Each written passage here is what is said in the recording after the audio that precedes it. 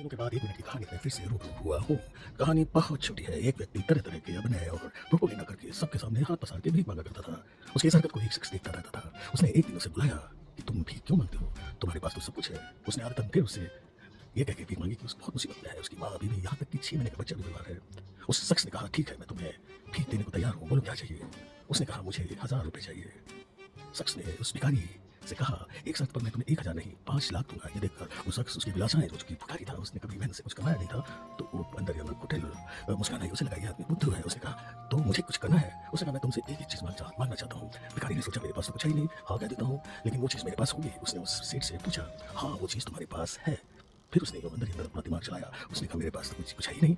उसने हाँ याद कर दिया। उसने कहा, ठीक है, तुम्हें मैं 5 लाख दूंगा, तो मैं मांगू तुमसे? उसने कहा, एक हाथ सीधा मुझे दे दो। और उसने उसकी तरफ इशारा किया। ये सुनकर वो हक्का-बक्का रह गया। उसने कहा, अगर मैं अपना सीधा हाथ ही दे दूंगा तो करारे-करारे नोट और रोज़ भीख कैसे मांगूंगा? उसने कहा, अरे क्या बात करते हो? मैं कोई मूर्ख हूँ? मैं अपना हाथ क्यों दे दूंगा? अच्छा चलो तुम अपनी आँख दे दो। उसने कहा, बेवकूफ़ हूँ? अच्छा चलो तुम। उसने इसी तरह बॉडी के कई अंग मांगे, लेकिन वो आदमी तैयार नहीं हुआ। अब उस शख्स ने उस भिखारी से कहा, देखो तुम्हारे पास भगवान ने कितनी खूबसूरत काया दी है, एक-एक अंग अरबों-खरबों रुपए का है, तुम इससे काम लो, तुम्हें पैसे क्या किसी चीज़ की दिक्कत नहीं होगी। वो व्यक्ति जन चालाक तो था ही, लेकिन अंदर ही अंदर उस सेठ की इस उपदेश को एक्सेप्ट कर चुका था। उसकी आंखों से आंसू निकलने लगे और वो उसके पाँव पड़ गया।